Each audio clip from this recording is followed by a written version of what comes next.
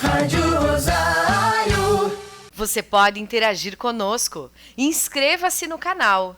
Deixe o seu like. Se quiser, também comente e compartilhe este vídeo. Sempre às quartas-feiras nós temos o Administração em Foco aqui na nossa programação. E nessa manhã, recebendo a secretária da Saúde do município de Serafina Correia, Salete Cadori. Bom dia, secretária.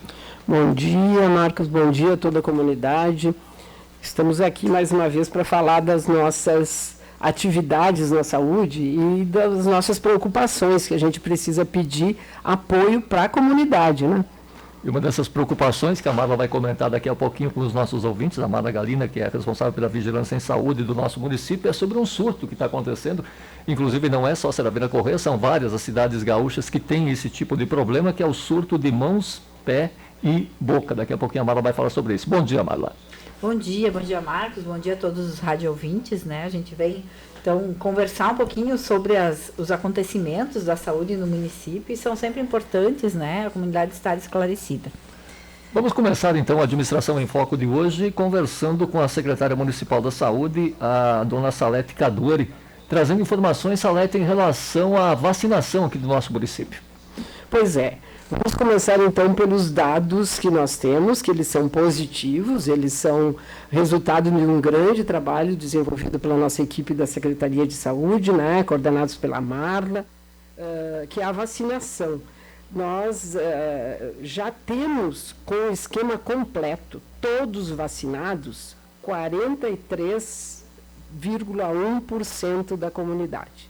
Então, é uma boa parte, uma boa parcela da comunidade que está totalmente imunizada. E com a primeira dose, nós já alcançamos 73,4%. Então, 73,5% de pessoas que fizeram a primeira e 43% dos que já estão com o esquema completo, primeira e segunda. Claro que ali no meio teve aquela vacina de dose única, né? Tudo isso está computado. Então, isso é positivo, eu acho que nós estamos num patamar aceitável. Mas a gente tem muita preocupação, que é a preocupação com as pessoas que precisam completar seu esquema. O esquema de vacinação são 2 doses. Então, se a primeira foi feita a primeira e não faz a segunda, a pessoa tem prejuízo, ela não fica imunizada. A imunização completa vem após a segunda dose. Então, é aí que a gente quer o apoio da comunidade. Vamos verificar quem são as pessoas que não fizeram a sua segunda dose e encaminhar essa pessoa para ter contato com a saúde, com o seu agente comunitário, com a sala de vacinas, conosco lá na secretaria, para saber dos esquemas de vacinação, porque nós estamos continuamente agendando, tendo dias completos de vacinação, e a sala de vacinas, quando tem doses disponíveis, ela está aplicando. Chega a pessoa para a segunda dose, mesmo que não seja naquele dia anunciado, se estiverem disponíveis as doses, essa pessoa receberá a sua dose. Não vai perder viagem, vai ser muito importante. Então, é isso que eu estava dizendo, que a gente precisa do apoio da comunidade, porque a gente precisa completar o esquema vacinal de cada serafinense, né? Isso é uma coisa fundamental. Também no nosso boletim, nós ainda, o boletim que saiu ontem, né, que é o boletim 213, ele está informando de que a gente ainda tem no hospital uma pessoa em observação e temos em Passo Fundo um cidadão internado com Covid, né? Então, essas 2 pessoas que estão mais graves, digamos assim.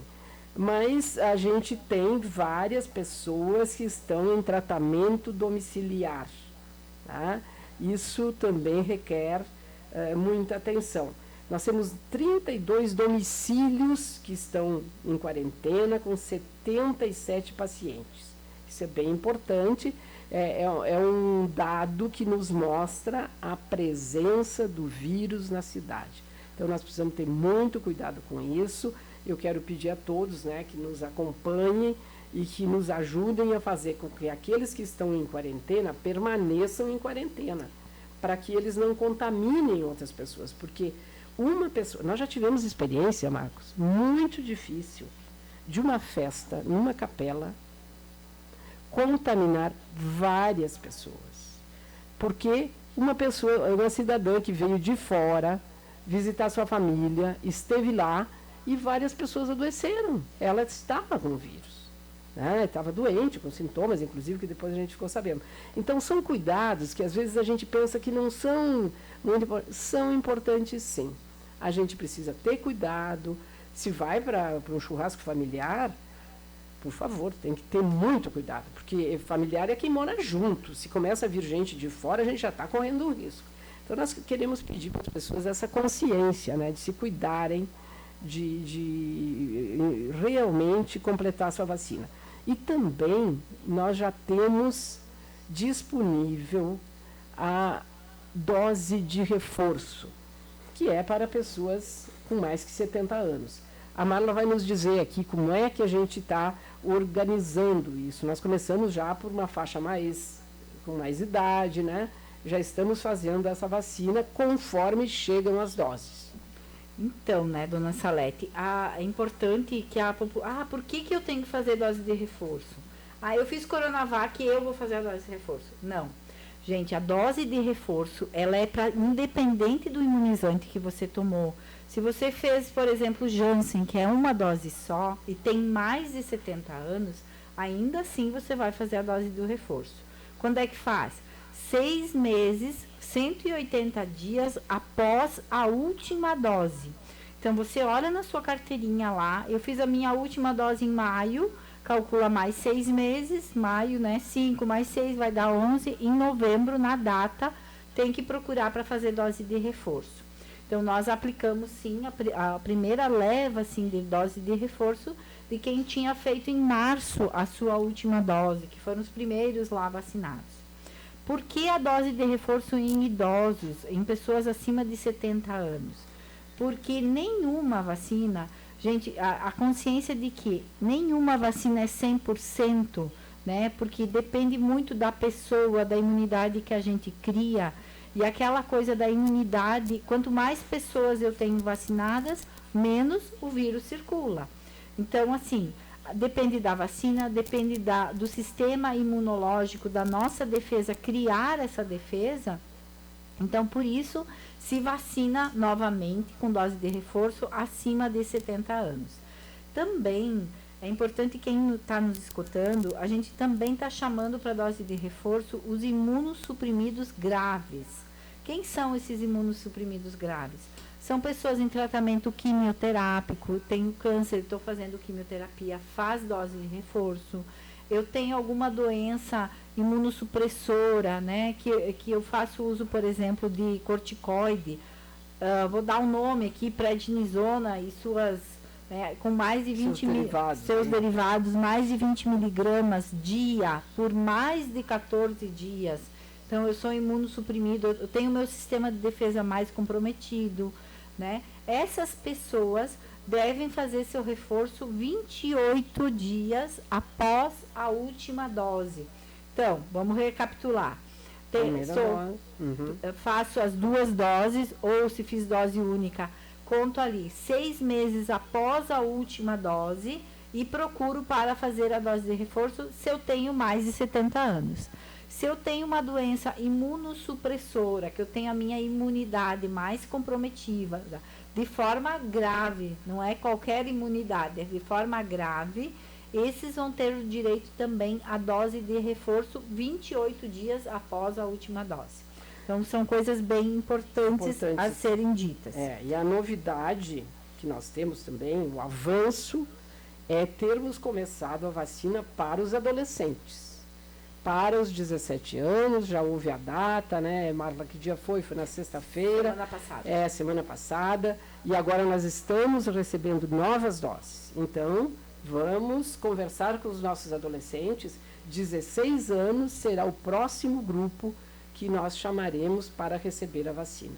Para nós é uma satisfação muito grande. A gurizada precisa se vacinar, porque eles vão ajudar a aumentar aqueles 43% que a gente tem aí de vacinados, e quanto mais a gente imuniza, mais tranquilos nós ficaremos, porque é menor a chance das pessoas se contaminarem. Isso, e é importante que a dose desses adolescentes, ela é Pfizer. Então, é uma vacina que comprovadamente já está, inclusive, sendo testada em crianças, ela é uma vacina segura. E o Estado do Rio Grande do Sul optou para continuar a vacinação do adolescente. Então, para sexta agora, Marcos, sexta todo dia, das 7h30 até as 17h, sem fechar ao meio-dia, e sábado de manhã, nós vamos ter, então, na sexta, sala extra, ali na Secretaria da Saúde, o prédio ali é do INSS, a sala ali da Secretaria da Saúde, e no sábado, no Centro Municipal de Saúde, então, vacinação de primeira dose para adolescentes de 16 anos. Então, quem está nos escutando, a notícia em primeira mão. Então, 16 anos.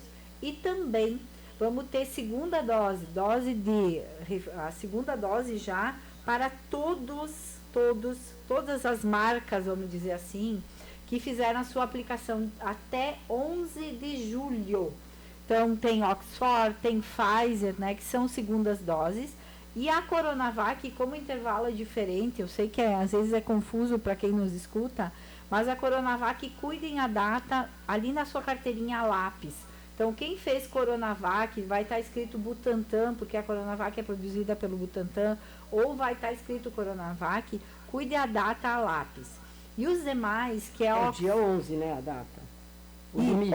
O limite para, né, quem fez a primeira dose. Isso. 11 de julho, até 11 de julho, independente de ser Pfizer ou ser Coronavac. Oxford, AstraZeneca, pode vir na sexta o dia inteiro, das 7 até as 5, 7h30 até as 5, e no sábado das 7h30 às 11h30 no Centro Municipal de Saúde. Então, em primeira mão, essa notícia, claro que a gente vai divulgar nas redes sociais ainda no dia de hoje, mas já dando essa notícia. Então, é importante, dose de reforço e segundas doses.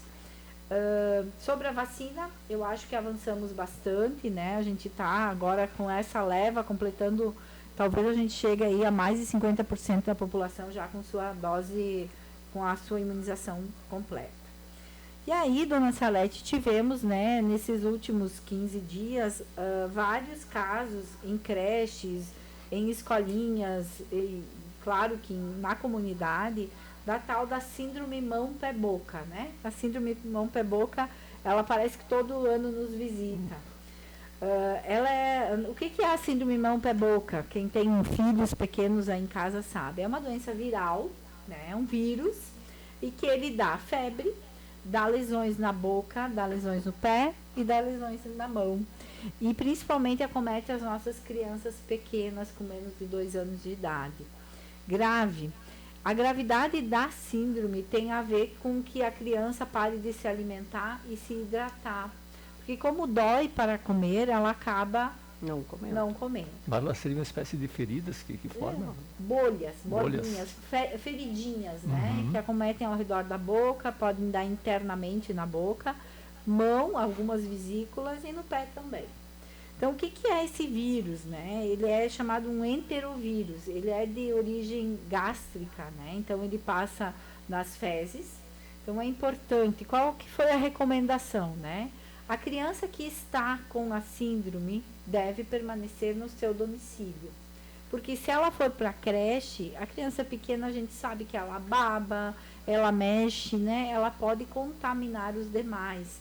Então, a grande recomendação é mantê-la no seu domicílio até passar o ciclo.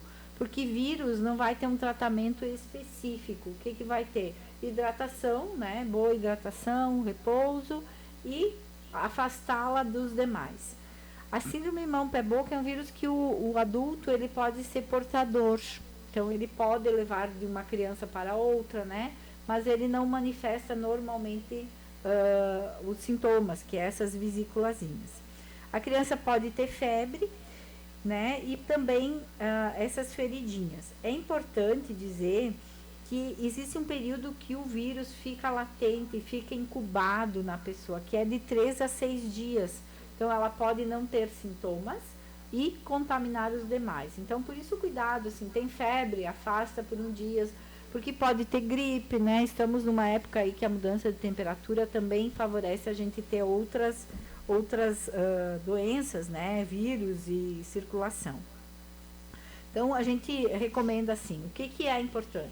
Vai trocar a fralda da criança? Lava bem a mão, né? Sempre, mas agora ainda mais, né? A questão da higiene da própria criança, né? Hidratação, repouso e afastamento dos demais para não contaminar e não ter mais casos.